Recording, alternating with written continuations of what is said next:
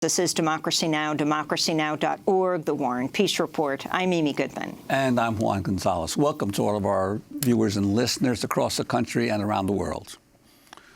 With the midterm elections less than 2 weeks away, we begin today's show looking at the governor's race in Georgia, where Democrat Stacey Abrams is attempting to become the first black woman governor in the country.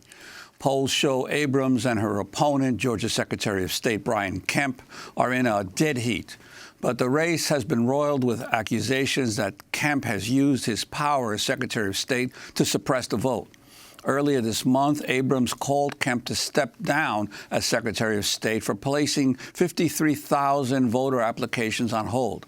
7 out of 10 of the stalled applications are for African-American voters in a state where less than 1/3 of the population is black. Voting rights activists have also sued Kemp for purging voters from the rolls. On Tuesday, Rolling Stone published an audio recording of Kemp privately telling Republican donors he's concerned about too many Georgians exercising their right to vote. Listen carefully. And as worried as we were going into the start of early voting with the literally tens of millions of dollars that they are putting behind to get out the vote efforts for their base, a lot of that with absentee ballot requests. They have just an unprecedented number of that, which is something that continues to concern us, especially if everybody uses and exercises their right to vote, which they absolutely can, and mails those ballots in. We got to have heavy turnout to offset that. Georgia Republican gubernatorial candidate Brian Kemp speaking last Friday at an event in Atlanta for Republican donors. Audio of his remarks were leaked to Rolling Stone magazine. Well, on Tuesday night, Brian Kemp and Stacey Abrams faced off in their first debate. In this farce about voter suppression and people being held up from being on the rolls and being able to vote is absolutely not true. Anyone who meets the requirements that's on the pending list, all they have to do is do the same thing that you and I at home have to do. Go to your polling location, show your government ID, and you can vote.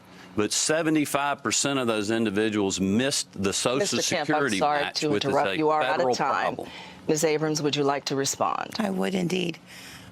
The right to vote is a right. I grew up in a family that fought for the right to vote before they were old enough to do so. My father was arrested helping people register, and so I take the right to vote very seriously.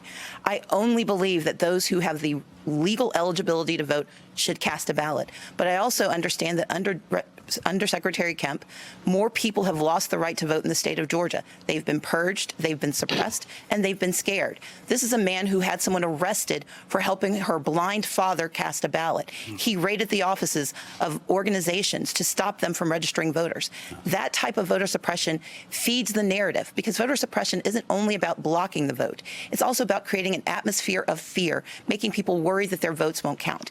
As the next governor of Georgia, I will work with the Secretary of State to ensure that there is no question that the right to vote in Georgia is not a privilege. It is indeed a right that belongs to those who are Georgia citizens, and I will work hard to make it so. That's Georgia Democratic governor candidate Stacey Abrams debating the Republican Secretary of State, a gubernatorial candidate Brian Kemp. To talk more about what's at stake in the race, we're joined by Leah Wright-Rigueur, professor at the Harvard Kennedy School of Government, author of The Loneliness of the Black Republican, Pragmatic Politics and the Pursuit of Power. So you saw the debate last night, Professor Rigueur. Can you talk about what was raised and start with this issue of voter suppression, the accusation that Brian Kemp is holding on to 53,000 voter registration forms and also that leaked audio recording questioning Georgians' right to vote?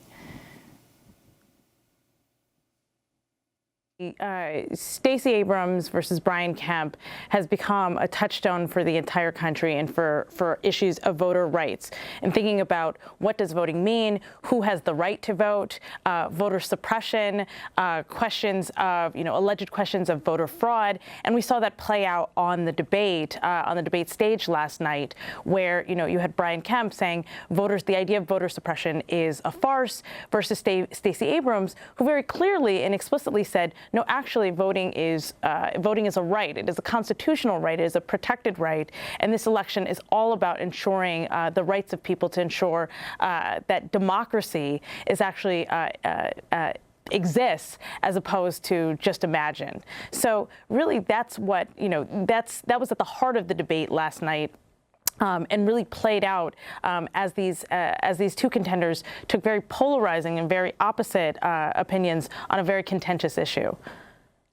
Professor Leah Wright-Rigueur, I'd like to ask you about the Rolling Stone release of the audio of Kemp talking to some donors about his concern about too many people voting.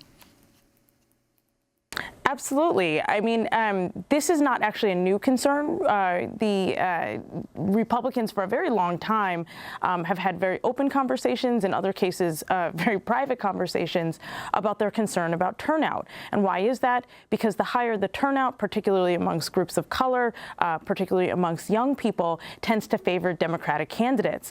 In this case, Stacey Abrams has really taken, what shouldn't be a novel approach, but is a novel approach, by going out and pounding the pavement and going after non-likely, unlikely voters, voters who haven't voted before, young people, people of color, getting them to try and turn out at high numbers. And so if you're Brian Kemp, that is something that you absolutely don't want. And so in his private remarks, this is essentially what he said, which is, we don't want these people coming out and voting. We have to think about what are the alternatives and how can we not get them to come out, even though that's their legal and constitutional right to vote. We're going to go to break and then come back to this discussion. We'll also bring in Greg Palast, who is suing the Secretary of State Kemp. Leah Wright-Rigueur is going to stay with us, professor at the Kennedy School of Government at Harvard University. We'll also be asking her about the video that's just come out of Stacey Abrams decades ago participating in a flag burning of the Confederate flag of Georgia at the time that led to the flag being replaced, gotten rid of. This is Democracy Now! Stay with us.